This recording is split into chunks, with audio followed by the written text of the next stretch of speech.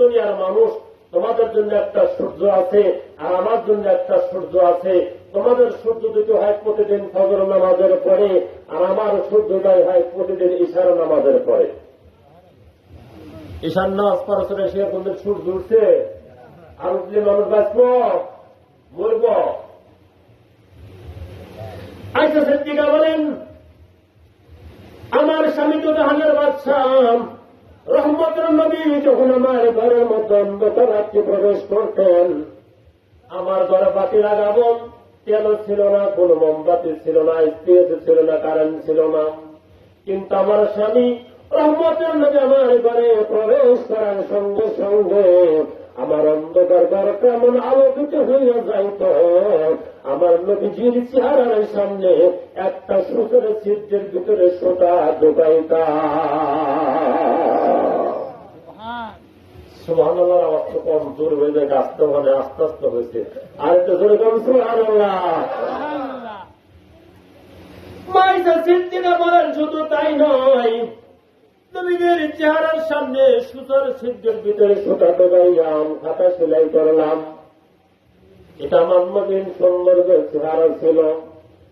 আম্মা আয়েশা সিদ্দিকা আমার সঙ্গে আর কি করে বললেন, আয়েশা তুমি জামানি তোমার মতন মানুষ, কিন্তু আইযুকুম মিসলি, আমার মতন পৃথিবীর কোন মানুষ নাই। সুবহানাল্লাহ। নবী বলছেন আইযুকুম মিসলি, আমার মতন কোন মানুষ নাই। সাহাবায়ে কেরাম বলছেন নবী আমাদের মতন মানুষ নন, আর আমরা পণ্ডিতরা বলি নবী আমার মতই মানুষ। নবী বলছেন আইযুকুম মিসলি, কি আছে আমার মতন কেউ নাই। হুজুর আপনি তো আমার মতন মানুষ দেখতে, বলে হ্যাঁ ঠিক আছে, কিন্তু আমি তোমার মতো না। পরীক্ষা গালি করা হোক বলে কেমনে, বলে যে কোনো উপকার তুমি পারো, আমাকে তুমি তোমার কাছে জড়াইয়া নাও।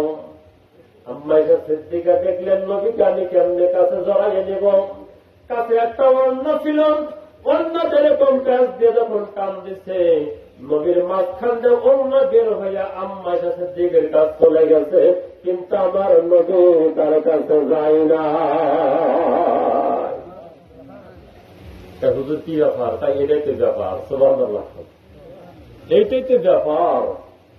আর আইযুকুম মিসলি, বুখারীর হাদিস, একদম তো খালি সহিহ হাদিস মানে বুখারীর হাদিস।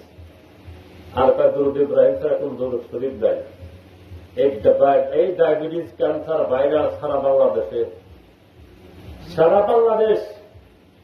আমি সেই এটাকে ওয়াজ করতে গেছিলাম নেত্রকোনায়, দুর্গাপুর বর্ডারে। ওখানে একই কথা, সারা বাংলাদেশে একই কথা। নবী মরে গেছে, পচে গেছে, আমার মতো মানুষ ছিল, সে নূরের মানুষ না, মাটির মানুষ। এই যে ফেতনা, মিলাদ শরীফ পড়া বেদাত, কিয়াম করা হারাম, ছেড়ে গুনাহ, এই যে ফেতনা হারা পৃথিবী সয়লাভ করে ফেলে। মিলাদ করবে একমাত্র ইমানদাররা, আল্লাহর কোরআনের কথা। দুরূদ করবে নবীর ইমানদার যারা তারা, নবীকে সালাম দেবে ইমানদার যারা তারা। নবীকে সালাম দেওয়ার কথাকে নিষেধ করলে আমরা শুনব, মানব তার কথা? সেটা তো বড় মুফতি সাহেব হোক আর মুফতি সাহেব হোক, মানা যাবে না। আল্লাহ যখন ইবাদতের প্রয়োজন নেই, জান্নাতের মালিককে আল্লাহ। আল্লাহ জান্নাত বানাইছে, আল্লাহ তো জান্নাত জাহান্নামের কোন ভয় নাই। আল্লাহ ইবাদত দরকার নাই, কিন্তু সে আল্লাহ নিজে নবীর দরুদ সালাম পড়ে। আল্লাহর জিকির একসময় বন্ধু হবে, কিন্তু আমার নবীর জিকির বন্ধু হবে না। বাকি জানে না।